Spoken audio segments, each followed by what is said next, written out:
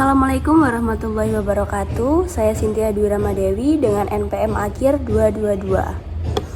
Saya akan menjelaskan proses algoritma FCFS, yaitu first come first serve, dengan dilihat dari namanya, yang datang duluan akan dilayani terlebih dahulu.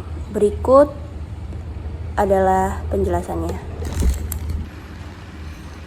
Oke, di sini aku akan menjelaskan algoritma penjadwalan tentang first come first serve. Di sini ada 5 proses A, B, C, D, E dengan saat tiba sama, yaitu 0, dan lama prosesnya yang A11, B8, C10, D3, E5. Nah, saat mulai, kalau untuk proses A adalah 0. Lalu waktu selesai 11. Nah, kita tuliskan di sini dari 0 ini A, berarti selesainya di 11. Karena di sini lama proses adalah 11. Lalu kemudian kita akan ke proses yang B. Proses yang B berarti kita waktu mulai adalah 11. Dengan lama proses 8, berarti 11 ditambah 8 yaitu 19. Waktu selesai 19. Lalu yang C, saat mulai adalah 19, dan waktu selesai, karena di sini lama proses 10, maka 19 tambah 10 yaitu 29. Berarti di sini berakhir di 29. Nah, selanjutnya adalah proses yang D.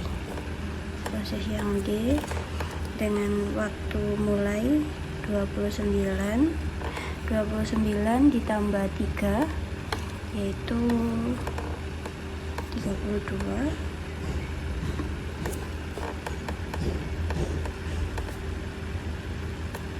Yang E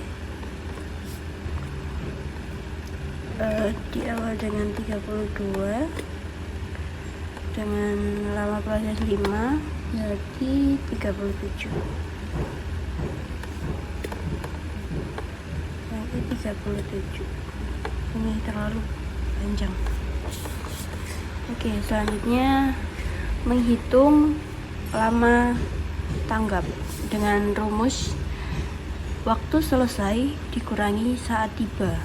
Berarti waktu selesai 11 dikurangi 0 berarti 11, 19 dikurangi 0 berarti 19, 29 kurangi 0 berarti 29, 32 kurangi 0 berarti 32, 37 kurangi 0 berarti 37. Nah, setelah itu kita jumlahkan lama tanggapnya untuk mencari rata.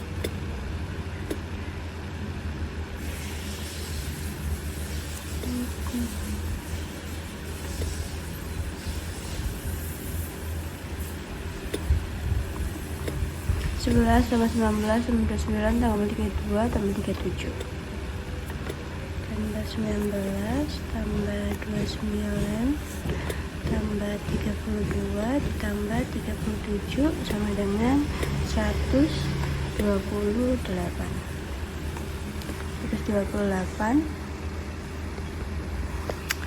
Kemudian untuk mencari rata, yaitu jumlah total lama tanggap dibagi jumlah proses. Di sini jumlah prosesnya adalah 5, 1, 2, 3, 4, 5.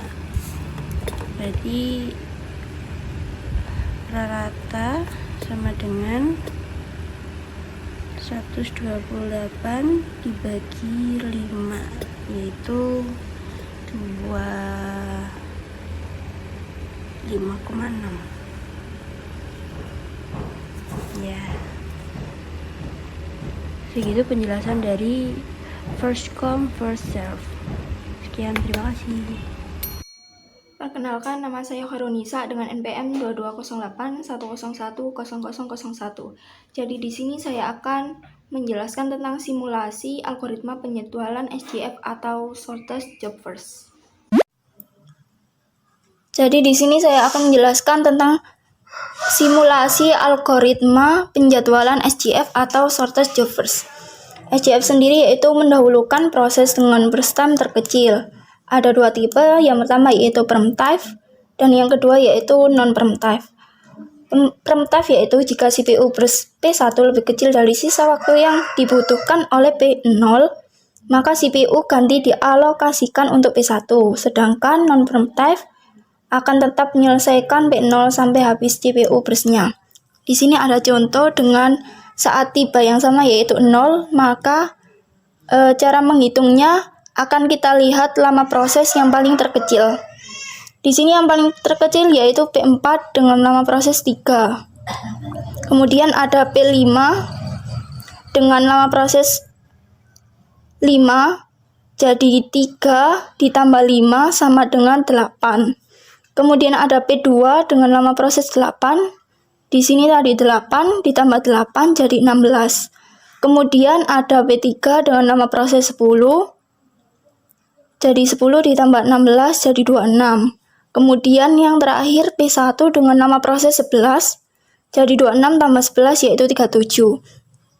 Kemudian kita akan menghitung nilai tunggu. P1-nya yaitu 26. Kemudian P2-nya 8, P3-nya 16, P4-nya 0, dan P5-nya adalah 3. Nah, untuk menghitung AWT yaitu kita jumlah semua kemudian dibagi dengan 5. 26 tambah 8 tambah 16 ditambah 0 ditambah 3 dibagi 5 sama dengan 10,6. Nah, kemudian di sini kita akan menentukan turnaround time.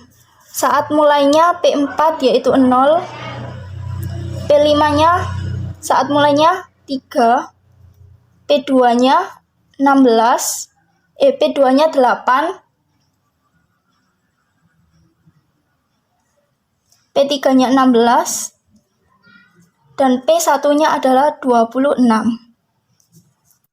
Kemudian saat selesainya P4 yaitu 3, P5-nya 8, P2-nya 16, P3-nya 26, dan yang terakhir P1-nya 37. Kemudian untuk menghitung turnaround time yaitu saat selesai dikurangi saat tiba. 3 dikurangi 0, 3, 8 dikurangi 0, 8, 16 dikurangi 0, 16, 26 dikurangi 0, 26, 37 dikurangi 0, yaitu 37. Kemudian kita jumlah yaitu 90 dengan rata-rata 90 dibagi 5 jadi 18.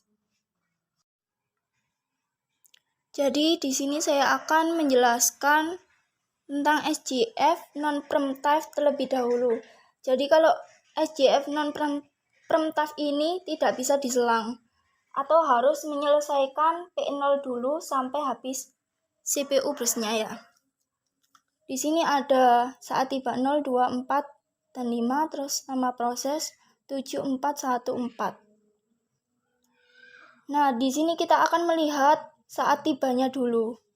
Kenapa tidak melihat lama prosesnya dulu? Karena ini berhubungan dengan saat tiba 0, maka mau tidak mau kita harus melakukan saat tiba dulu, yaitu P1. P1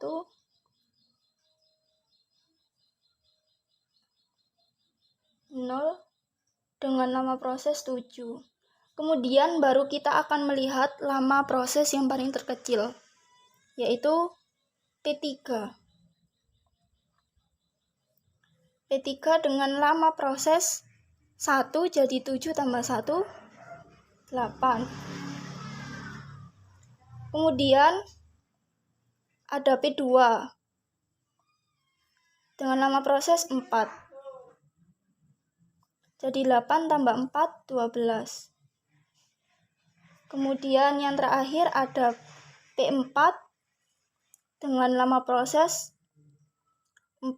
Jadi 12 tambah 4, 16. Kemudian nilai tunggunya untuk P1 yaitu 0 milidetik. Kemudian P2, P3, P4 kita hitung dengan rumus waktu dilayani dikurangi waktu tiba. P2-nya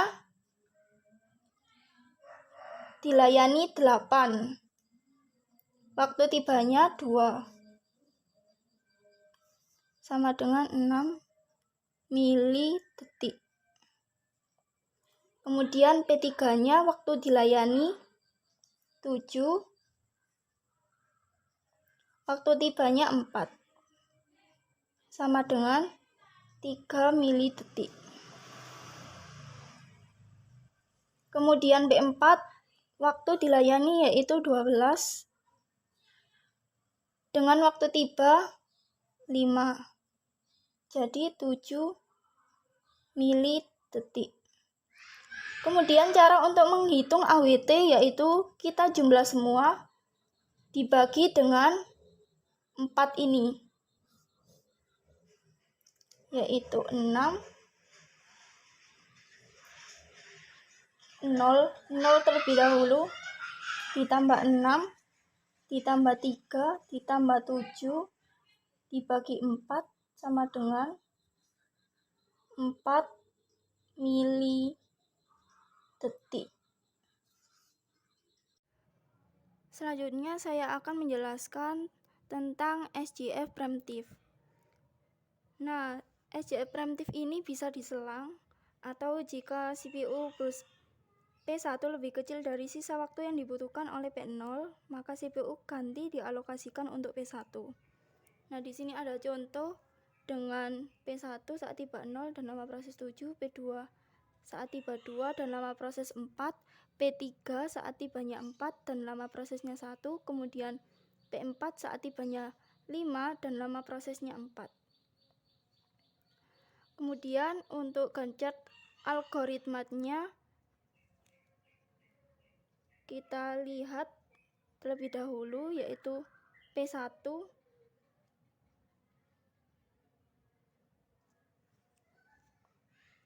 dengan saat tiba 0 dan lama proses 7. Nah, karena tiba-tiba ada P2 dengan saat tibanya 2, maka akan diselang oleh P2. Jadi P1 tadi sisanya adalah 5. Karena 7 dikurang 2 yaitu 5.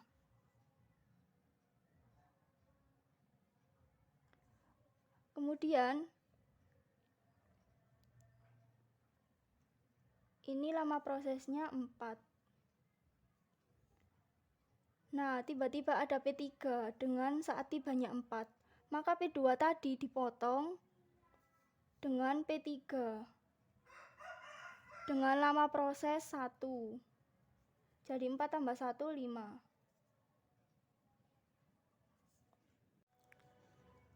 Kemudian kita akan lanjut ke P2.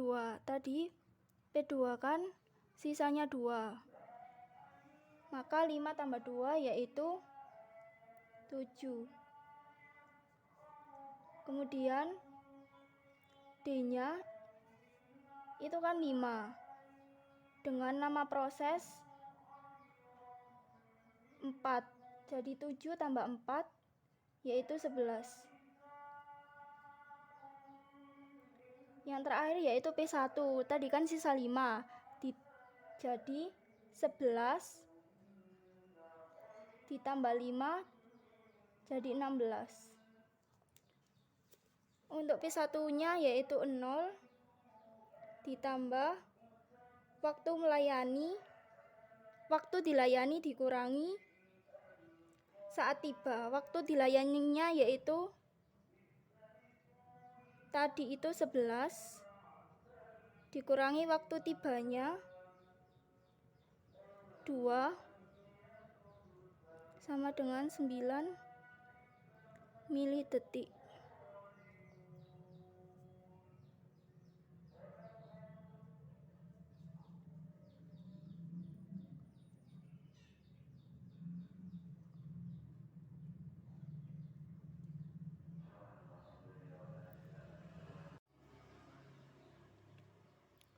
Kemudian P2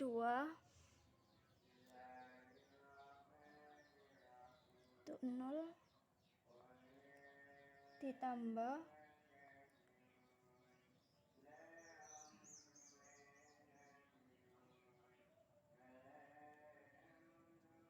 5 dibaik 4.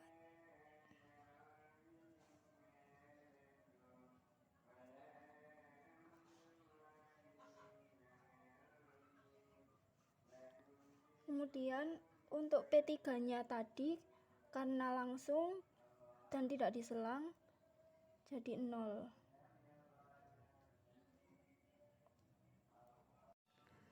Nah, tadi AWT-nya udah ketemu yaitu 3 milidetik. Sekarang kita menentukan turnaround time.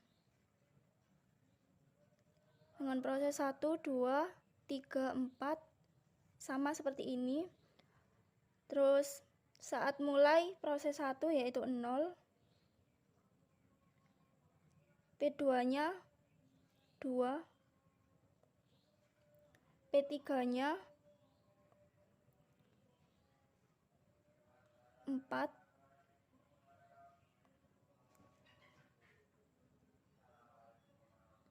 Dan P4-nya itu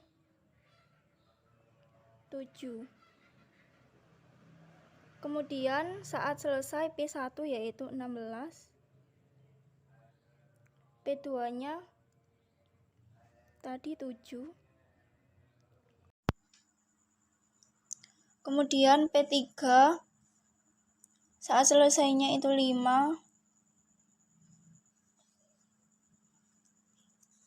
Kemudian P4 saat selesainya 11.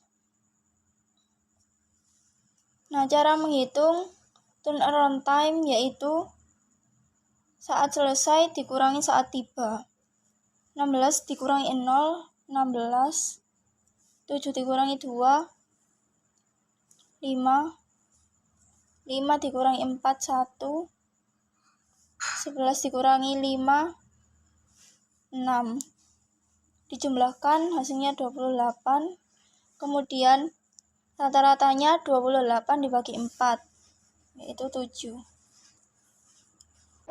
Perkenalkan, nama saya adalah Wisanggeni Aptorikus Wirasatya dengan MPM 127.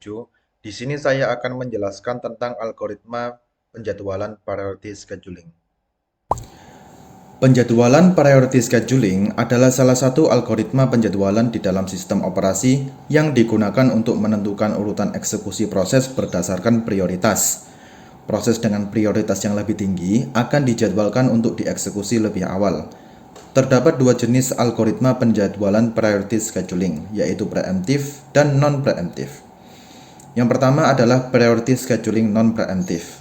Pada algoritma ini, proses akan dijadwalkan berdasarkan prioritasnya tanpa pemutusan. Artinya, jika proses dengan prioritas lebih tinggi sudah mulai dieksekusi, ia akan terus dieksekusi hingga selesai atau berhenti.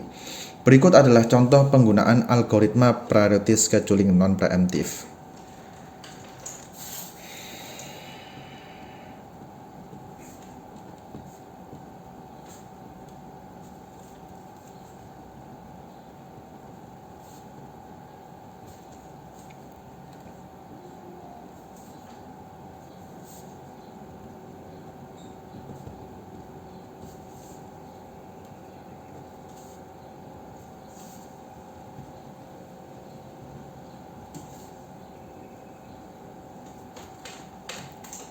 Misalkan terdapat 3 proses yaitu P1, P2, dan P3 dengan prioritas masing-masing adalah 3, 1, dan 2. Proses dengan prioritas tertinggi adalah P1.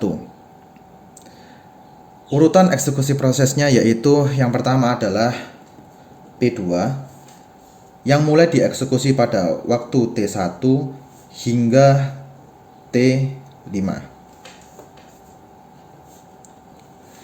Yang kedua adalah P3 dieksekusi dari waktu T5 hingga T13. Yang terakhir adalah P1 dengan prioritas 3 dieksekusi dari waktu T13 hingga T19. Yang kedua adalah priority scheduling preemptive. Pada algoritma ini, proses dengan prioritas tertinggi dapat memutus proses dengan prioritas rendah jika ada proses dengan prioritas lebih tinggi yang siap dieksekusi. Berikut adalah contoh penggunaan algoritma priority scheduling preemptive.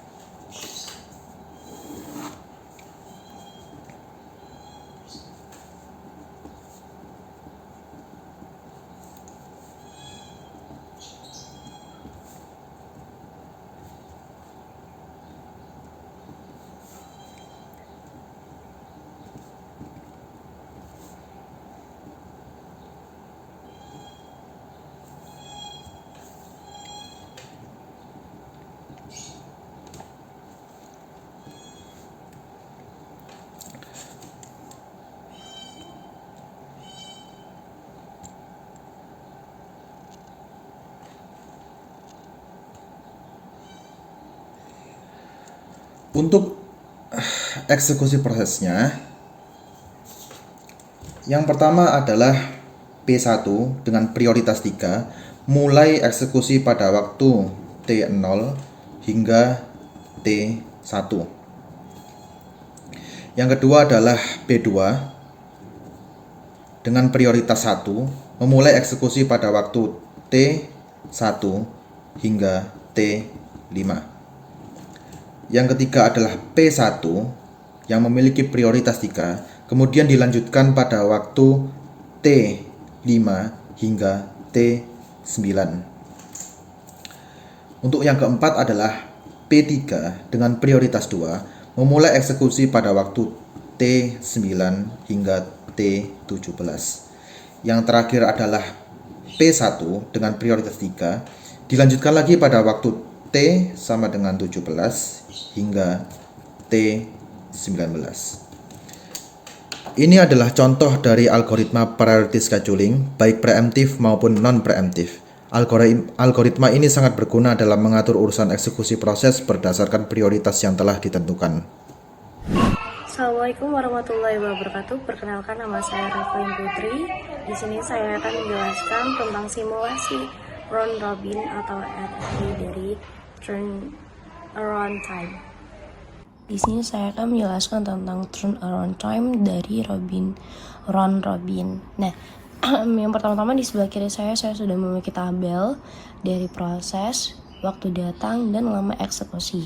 Yang dimana proses ini berurutan mulai dari A, B, C, D, E, dan waktu datang semuanya itu 0, dengan lama eksekusinya A adalah 11, B adalah 8, C adalah 10, D adalah 3, dan E adalah 5.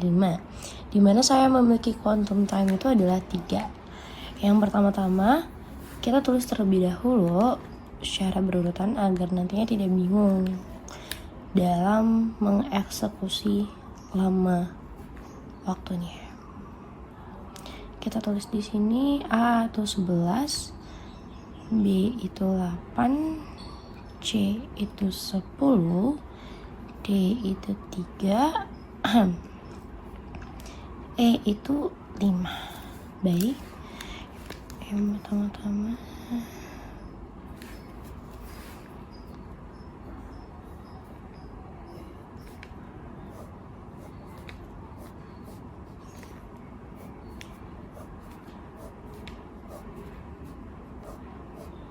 aduh kekecilan, tapi nggak apa-apa. Yang pertama-tama kita memiliki proses eksekusi dari nilai A. Nilai A ini diawali dari 0 dan lamanya itu 11, lama dari eksekusinya 11, nantinya itu ada quantum time 3. Maka dari itu di sini 3 akan tetapi di sini 11 dikurangin 3 itu menjadi 8. Proses mencarinya seperti itu untuk bagan penjadwalan. Ya. Kita tulis lebih dahulu B itu ada 8, kita 8 menjadi 5. Maka di sini tetap masih berproses karena sejatinya di mana nilai LA lebih besar daripada nilai quantum time, maka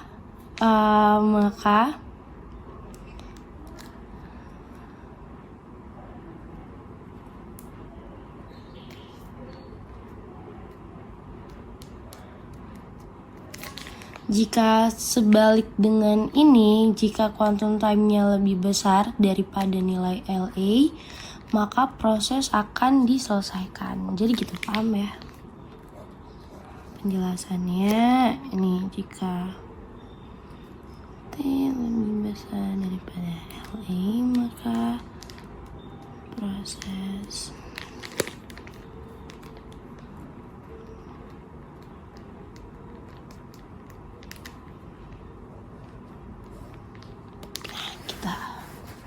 kita lanjut lagi. Maka B masih nilai prosesnya maka B nilai LA-nya lebih besar daripada kuantumnya, maka prosesnya masih terus berjalan. Kita lanjut C di sini ada 10, maka di sini berubah menjadi 7. Dan proses di sini menjadi 9 milidetik. Maka di sini ada D. Nah, di sini 3, maka prosesnya itu sama. Maka dari itu proses D diselesaikan.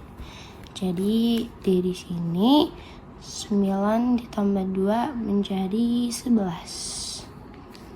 Maka proses nilai E di sini masih besar LA-nya daripada kuantumnya, maka prosesnya masih berjalan. 11 itu 4.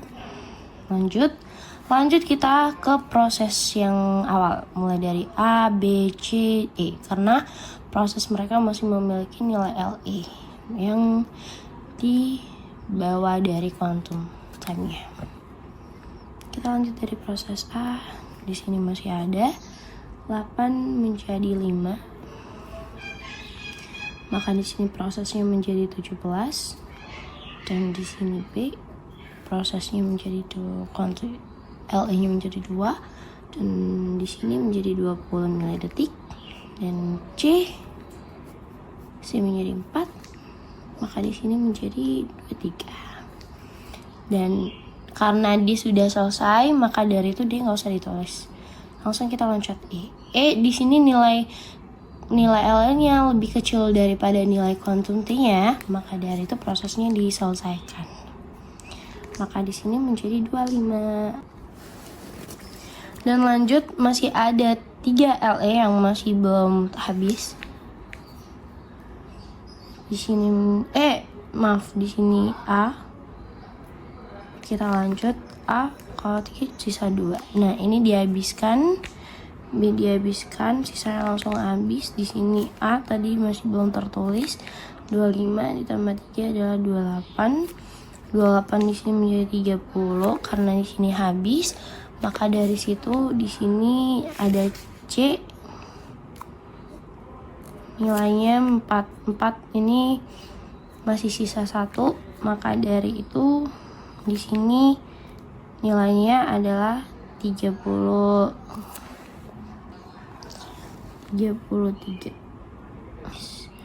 BT-nya tadi jadi BT-nya di sini tulis A aja biar nggak bingung ya. A, B, C,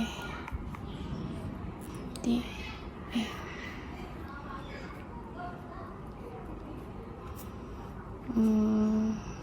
maka nilai terakhir dari bagian penjadwalan ini adalah di sini.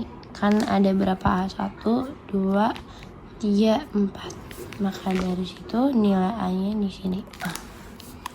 Ini 35. Dia dikurangin waktu datang dan lamanya eksekusi, yaitu dia 11. Begitu juga dengan B, C, D, E. B nilai terakhirnya adalah 30. Dan C nilai terakhirnya adalah 37.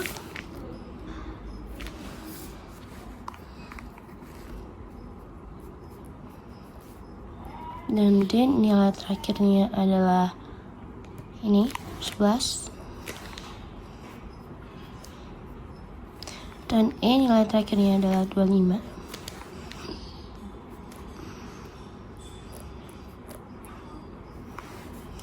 Maka hasil yang didapatkan di sini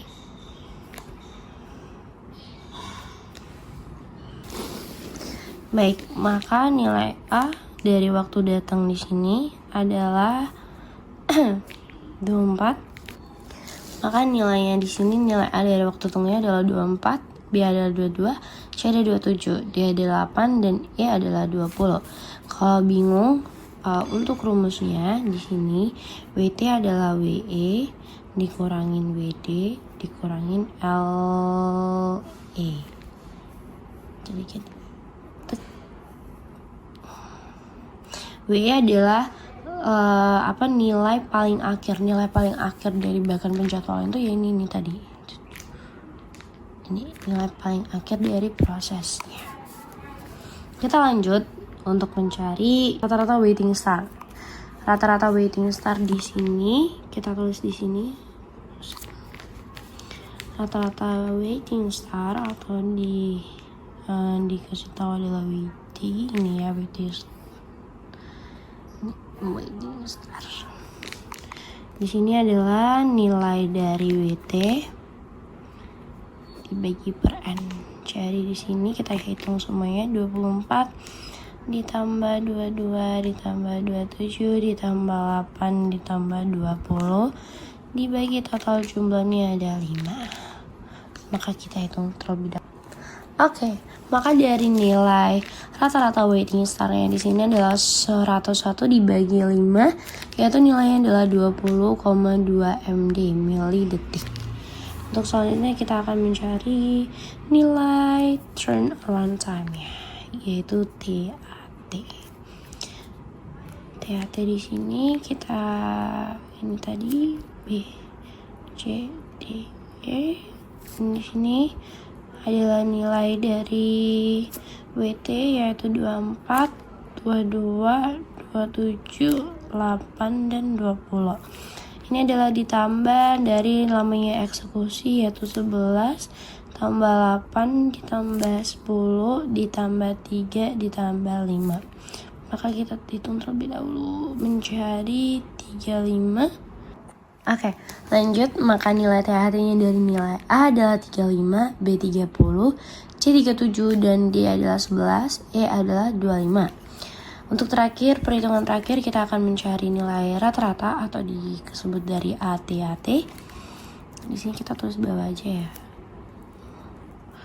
Di sini adalah 35 ditambah 30 tambah 37 tambah 11 tambah 25 dibagi 5. 35 tambah 37 tambah 11 tambah 25 adalah 138 dibagi 5 menjadi 27,6